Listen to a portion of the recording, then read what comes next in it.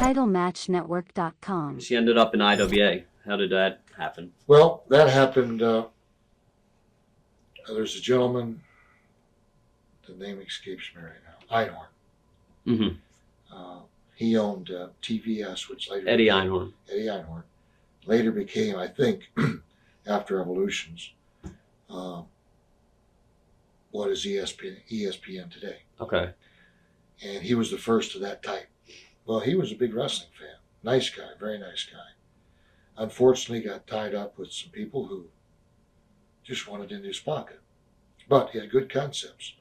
We came here to this area here. We're in Charlotte now, so we came, and NWA was strong here. Right. So they just set up headquarters in Winston-Salem, right up the road. IWA did. Mm-hmm. Weren't they more traditionally like Cleveland? Well, we went all over. We Right. were the predecessors of what Vince is now doing. Right. They headquartered in Winston-Salem, and they'd put their tentacles out. And when they did well, they'd stretch out. When they didn't do well, they'd pull Stay back close. Right. And it was eventually going to be worldwide, U.S., Canada. He had the same concept that Vince has now, or had 10 years ago, and Ole had from Georgia Right. Well, 20 years ago. who's the booker? Pedro Martinez. Pedro Martinez. Where was the best towns though? Was it Cleveland or? Winston-Salem was very good. Uh-huh. Most of the towns in the north were good Right. because of their contacts up there. Right. The unfortunate factor was that, we did a show outside in the Polo Grounds. Mm-hmm. Up in New York, right? It would have done well if somebody else had their hands on the purse strings. Right. Einhorn was such a fan, I think he got caught up in the hype, Mm-hmm. and he never questioned who was dealing with his money and what they were doing with it. And since he was going there, was he almost starting was it almost like a war with Vince Senior? Did he look at it like that? Was there like I think that? so. Yeah, Right. I think so. One of the first big top names that they got from New York at the time, who was still in New York, was Koloff. Mm-hmm. And Ivan had he either just finished or just was still there. Right. And what he had done, he just raided a lot of the talent. Right. And it's funny. Everything goes in cycles. Einhorn did it, and then Vince did it, and somebody else do it. Mm-hmm. So. Where was the best towns that? Well, if I running? remember, it was most of the towns up around the New England area. Right. How many days a week was this like? Well, we had a good deal.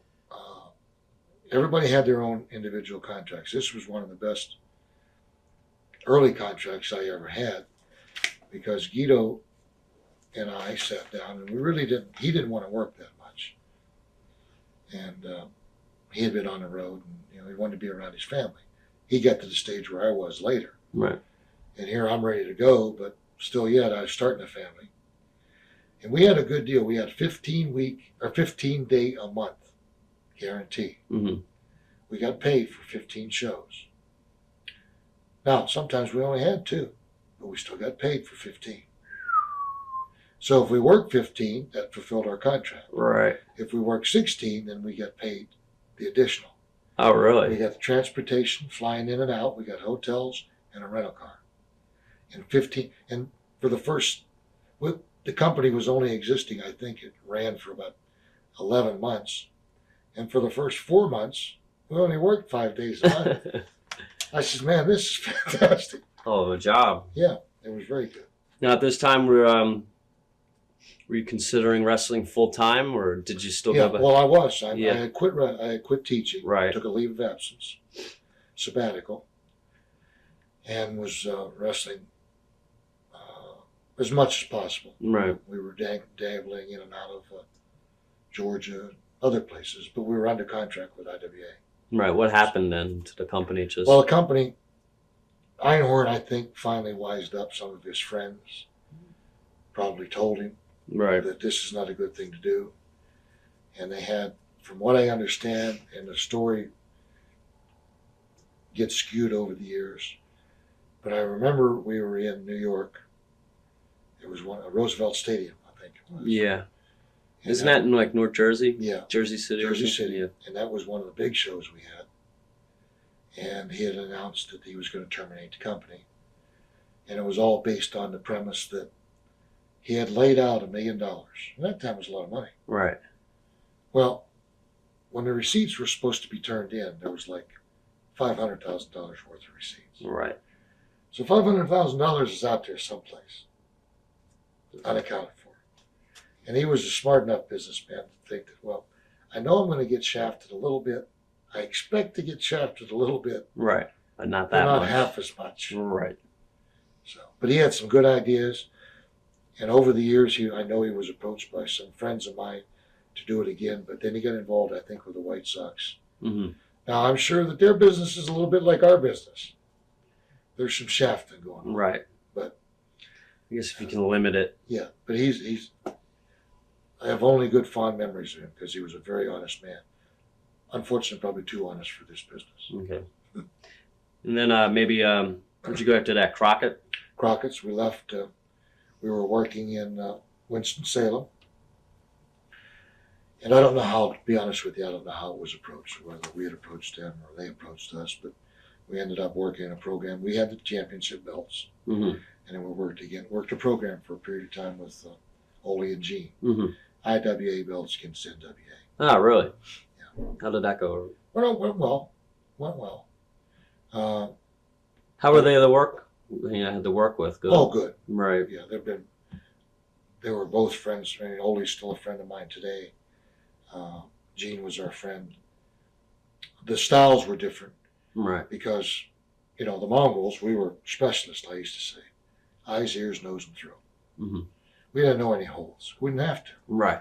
We'd come in. I was 320, 315. The lightest I was then was about 305. Right. Guido was 285, 290. Sort of like the new style, just monsters. Right. And George Kennan was our manager. And he set us loose. Fed us raw meat all the time. Ah. Kept us caged up, and the bell would ring, and we'd go in the ring. So you guys came down there kind of as an IWA team. Right. IWA was out of business. Mhm. Did you just feel like, oh boy, Well, we knew we had other places to go. We knew we Right. could have gone back to Japan. Uh-huh. And Guido probably could have gone back and promoted. Mm-hmm. And I didn't know what to do.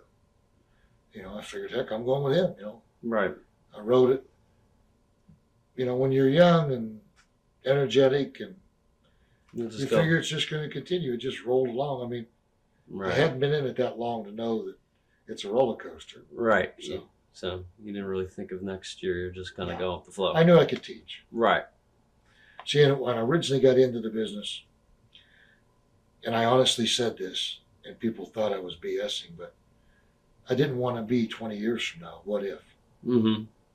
I had this chance, and I had a good, strong wife. And she said, "You want to try it? Go ahead." She said, "You can always come back and teach and coach." And unfortunately, there's a lot of guys that's in this business that can't do that. They don't have anything, no trade or vocational fall Nothing to back fall. Yeah, nothing to fall back on. on. So 20 years later, I fell back on teaching. Right. So There you go. I was never afraid. I mean, if this didn't work out, I'll go teach. Just and do coach. that. Yeah. So maybe after Crockett's, the Mongol gimmick maybe came to an end. Is that Well, when we were you only here a short period of time. It was supposed to be like a short-lived gimmick. Right. I would imagine the cycle of the tapes and stuff were 6 to 8 months. So by the time you got through around the territory, it would be like approximately a year. TitleMatchNetwork.com